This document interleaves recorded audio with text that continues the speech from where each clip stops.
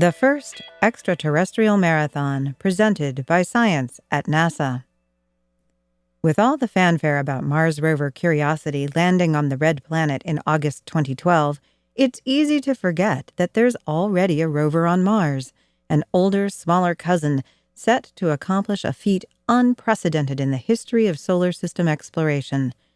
Mars rover Opportunity is on track to complete the First Extraterrestrial Marathon.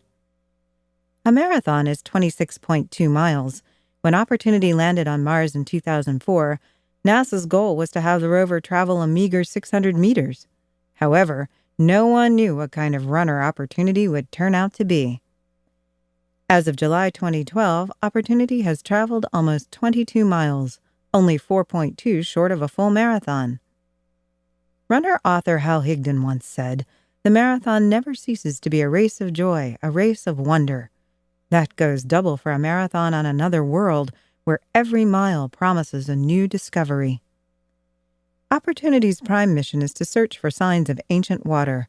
Today, the red planet is a bone-dry desert with breathtakingly thin atmosphere, conditions deadly to almost every known form of life on Earth. Billions of years ago, however, things might have been different. Many researchers believe that Mars was warmer, wetter, and friendlier to Martian life. Opportunity's job is to search for clues to that ancient time. Just getting to the starting line was epic. This particular marathoner had to fly about 283 million miles across space before being unceremoniously drop-bounced on the Martian surface, says Ray Arvidsson, Mars Exploration Rover Mission Deputy Principal Investigator. Like many long-distance runners, Opportunity likes to take it slow. On a typical drive day, the rover travels only 50 to 100 meters. This gives the rover time to pause and look for the unknown, and take some photos along the way. Recently, Opportunity sent home its 100,000th image, a stunning panorama of the Marsscape.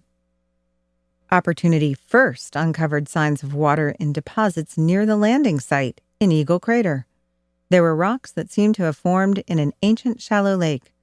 Over the next 4 years, Opportunity scavenged ever larger and deeper craters, finding more evidence of wet periods.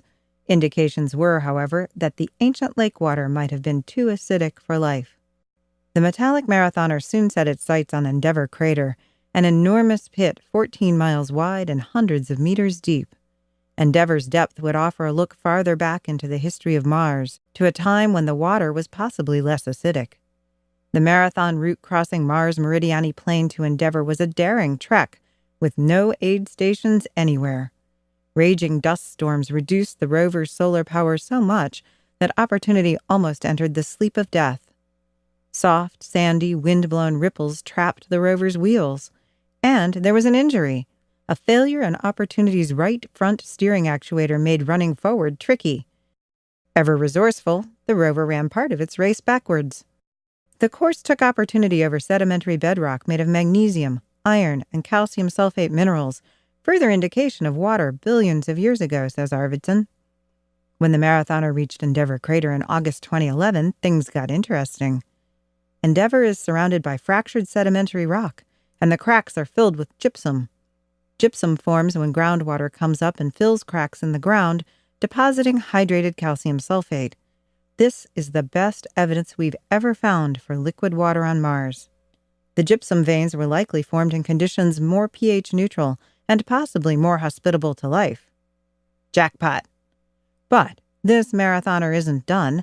Opportunity is doing so well that 26.2 miles might not be the finish line after all. We have no plans to stop running, says Arvidsson. Extraterrestrial ultra-marathon, anyone? For more news about other NASA missions going the extra mile, visit science.nasa.gov.